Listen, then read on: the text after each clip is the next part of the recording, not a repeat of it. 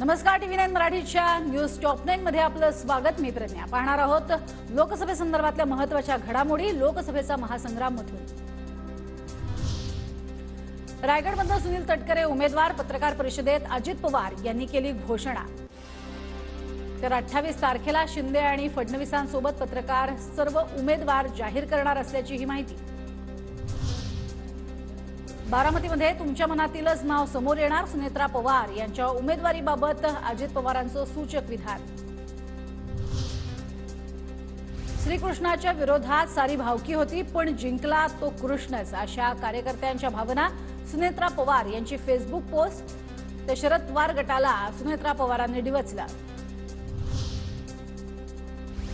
अजित पवारांनी लोकांना दुखावलंय. सुळेंनी काहीही काम केलेलं नाही. अँटी पवार मतदान निर्णायक ठरणार. शिवतारेंची पवार विरोधी भूमिका कायम. सांगलीची जागा ठाकरे गट तर भिवंडी लोकसभेची जागा शरद पवार गट लढणार. राऊतांची माहिती. तर सांगली आणि भिवंडी काँग्रेसची परंपरागत जागा. या जागांवर इतरांना दावा करता येणार नाही. नाना पटोलेंची प्रतिक्रिया.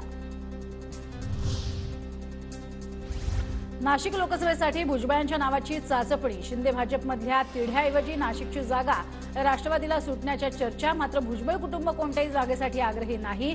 शिंदे गटा इतक्या जागा राष्ट्रवादीला मिळाव्यात, भुजबळांचा पुनरुच्चार. मोठ्या नाराजी नाट्यानंतर उपमुख्यमंत्री अजित पवारांच्या उपस्थितीत शिवसेनेचे ज्येष्ठ नेते आढळरावांचा अजित पवार गटात प्रवेश. शिरूर लोकसभा मतदारसंघातून आढळरावांना उमेदवारी मिळणार. नवनीत राणा यांच्या जात प्रमाणपत्र प्रकरणाचा निकाल 1 एप्रिल नंतर. निकाल राणांच्या विरोधात लागल्यास भाजपचा प्लॅन बी.